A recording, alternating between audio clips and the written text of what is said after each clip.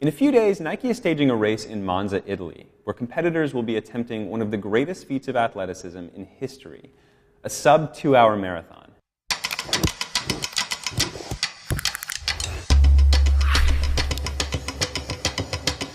To do it, Nike's tapped 3 of the world's very best long-distance runners, and if any of them is to break 2 hours, he'll need to maintain an average pace of at least 13.1 miles per hour for 120 consecutive minutes. Now, 13.1 miles per hour is obviously very fast, but it's not so fast as to be unreachable by even an average runner. The challenge is in maintaining that pace.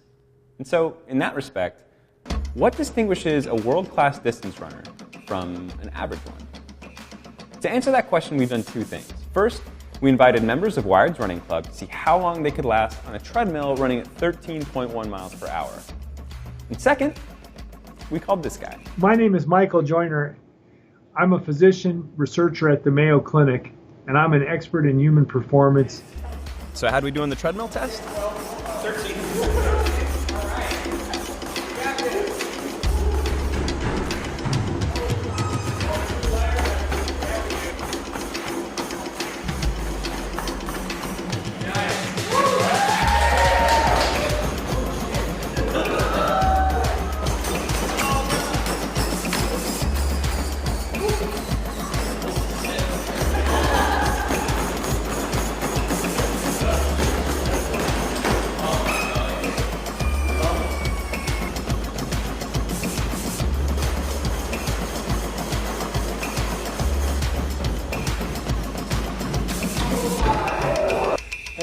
That's impossible. Actually, it might not be for everyone. Joyner's not affiliated with the Nike initiative, but he has been studying the marathon's 2-hour threshold for decades. In 1991, he published a paper exploring the theoretical limits of marathon running. He calculated that an ideal athlete running under ideal conditions could run a marathon in 1 hour, 57 minutes, 58 seconds. We asked him to explain why none of us will ever run a marathon that fast, but why one of these guys just might. The 3 things that determine distance running performance are VO2 max or maximal oxygen uptake, lactate threshold, and running economy or efficiency. VO2 max is basically a measure of how much oxygen you can get out of the air and into your tissues. It's typically expressed in units of milliliters of oxygen per kilogram of body weight per minute. If you don't exercise but are otherwise young and healthy, your VO2 max is likely in the 30s or 40s. If you do exercise by running, swimming, or biking, you probably see values in the 40s and 50s. And if you're really serious with your training, you can even creep into the low to mid 60s. That's still nowhere near the numbers you see in professional marathoners. The elite athletes who will be attempting the sub-2 marathon have VO2 max values in the 70s or even 80s.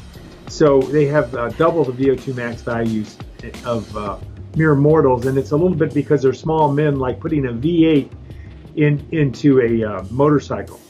If you think of VO2 max as the size of your engine relative to the size of your car, then lactate threshold is a little like the red line meter on your car's dash. It's the level of effort at which lactate and other metabolites start accumulating exponentially in your blood. That's a limit you want to avoid overshooting in an endurance race. It's usually given as a percentage of your VO2 max, and for untrained people, it's around 60%. With training, the number of mitochondria in your skeletal muscle and the number of capillaries around each skeletal muscle go way up. This permits people to start to work at 70, 80, even 85 or 90% of their maximum. So it's like going from having a tachometer with a red line on it in your car at 5,000 to a Ferrari with one at 8,000 or 9,000. That leaves running economy. Basically, how efficient are you? There's a lot of theories about why some runners are more efficient than others, and most of them boil down to biomechanics. So basically the length and size of your legs, how much you bob up and down when you're running, where your foot lands relative to your center of gravity, even the flexibility of your tendons. But we actually know a lot less about running economy than we do about either lactate threshold or VO2 max. A fact that leads to a lot of myths and misconceptions about what makes running more or less efficient. A big one is that running on your forefoot or your midfoot is more efficient than landing on your heel.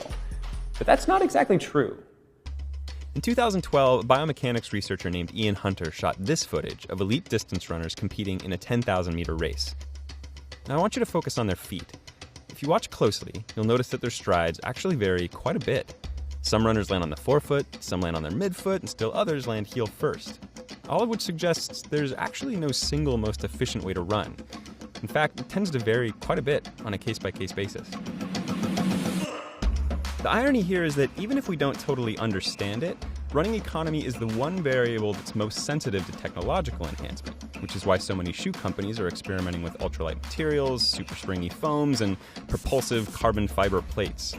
All of which, by the way, Nike has included in its new shoe, which it claims will boost the efficiency of its runners by as much as 4%, which is crazy, especially when you consider how efficient these guys are to begin with. The one thing that's been noted about the East Africans is not so much that they have very high VO2 max values or anything unusual out of this world, or lactate thresholds, although they're plenty high. What's really interesting about these individuals is a large number of East Africans have terrific running economy or efficiency. Us, on the other hand, not so much.